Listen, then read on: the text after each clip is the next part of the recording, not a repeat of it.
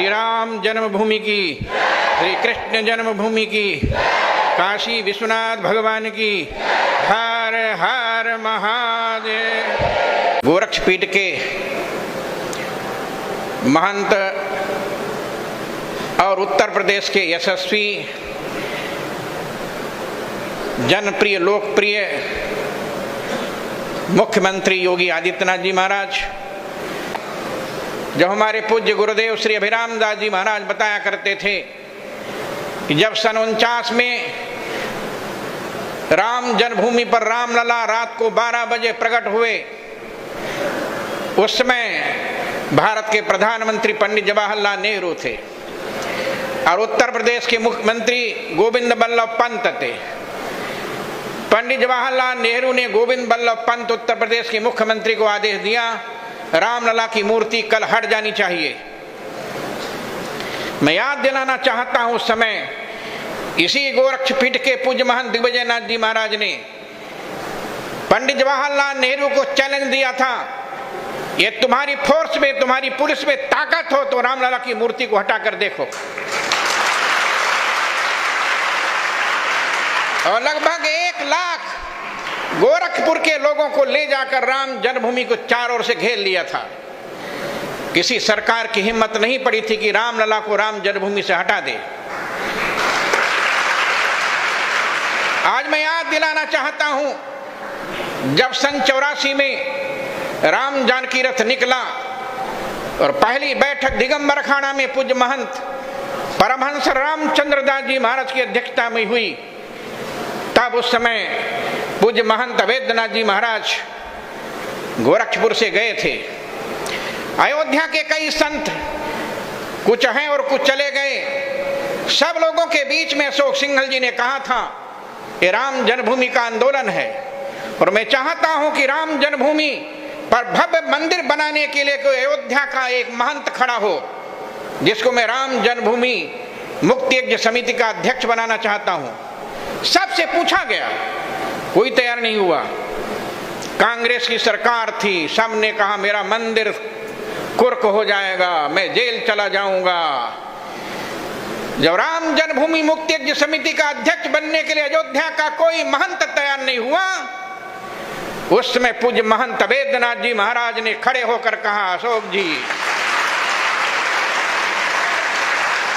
जब कोई तैयार नहीं है तो गोरक्षपीठ का यह महंत अवैधनाथ तैयार है राम जन्मभूमि पर भव्य रामलला मंदिर निर्माण करने के लिए। और उनके नेतृत्व में राम जन्मभूमि की लड़ाई लड़ी गई। उस लड़ाई में लगभग 25 बार मैं भी जेल गया था। हमारे अयोध्या के संत, अयोध्या के महंत भी जेल गए और लाखों राम भक्त पूरे देश के जेलों में ठूस दिए गए थे। याद दिलाना चाहता हूं, मुलायम सिंह यादव ने कहा था परिंदे भी पर नहीं मार सकते, लेकिन उस समय श्री हनुमान जी महाराज स्वयं बस चलाकर राम जन्मभूमि पर जाकर रामलला के मंदिर पर ये ध्वज, केसरिया ध्वज लहरा दिया था। सब साक्षी। और याद दिलाना चाहता हूं, 2007 में एक बैठक हुई थी अयोध्या हिंदू धाम में, पूज्य महंत अवैधनाथ जी महाराज की अध्यक्षता में। स्वामी वामदेव जी थे, पूज्य परमहंस जी थे, पूज्य नित्य गोपाल दास जी थे, स्वामी सत्यमित्र आनंद गिरी जी थे, स्वामी परमानंद जी थे और उस समय सभी संत लोग वहां आए हुए थे। हिंदू धाम में बैठक थी। उसमें योगी आदित्यनाथ गोरखपुर के सांसद बन चुके थे। अशोक सिंघल जी ने खड़े होकर कहा, महंत जी, मैं कुछ ज्यादा नहीं बोलना चाहता, मैं कोई भविष्य वक्ता नहीं हूं, लेकिन मैं आज एक बात बता रहा हूं कि जिस दिन योगी आदित्यनाथ उत्तर प्रदेश के मुख्यमंत्री बनेंगे तभी राम जन्मभूमि का मंदिर बनना प्रारंभ होगा। ये अशोक सिंघल की बात, अशोक सिंघल की बात उस दिन चरितार्थ हुई जब 9 नवंबर 2019 को सुप्रीम कोर्ट का आदेश हुआ, जहां रामलला विराजमान है वही राम की जन्मभूमि बननी चाहिए और भारत सरकार एक नया ट्रस्ट बनाकर मंदिर का निर्माण प्रारंभ करे। आज मैं याद दिलाना चाहता हूं कि 2020 5 अगस्त को जब भारत के माननीय प्रधानमंत्री नरेंद्र मोदी जी और उत्तर प्रदेश के यशस्वी मुख्यमंत्री योगी आदित्यनाथ जी रामलला के दरबार में पहुंचे, उसमें सभी संत लोग विराजमान थे। और जब भूमि पूजन शिलान्यास हुआ, उस समय हमारे पास में कुछ संत लोग बैठे हुए थे और हमसे पूछ रहे थे कि वेदांती जी, रामलला का मंदिर तो बनना शुरू हो जाएगा, लेकिन विश्व हिंदू परिषद ने कहा था काशी विश्वनाथ और भगवान कृष्ण का मंदिर भी बनना चाहिए। हमने कहा चिंता मत कीजिए, वो समय भी आने वाला है, वो समय जल्दी आएगा जब योगी आदित्यनाथ के मुख्यमंत्री रहते हुए काशी विश्वनाथ मंदिर भी प्रारंभ हो जाएगा। और अभी जब मैं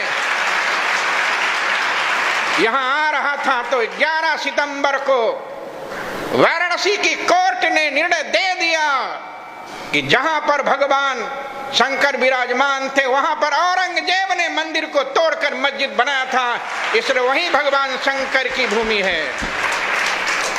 और याद दिलाना चाहता हूं, जैसे योगी आदित्यनाथ के मुख्यमंत्री रहते हुए राम जन्मभूमि पर भूमि पूजन शिलान्यास हुआ, मंदिर बनना प्रारंभ हो गया, वैसे ही योगी आदित्यनाथ के रहने पर काशी विश्वनाथ का मंदिर भी बनना प्रारंभ हो जाएगा।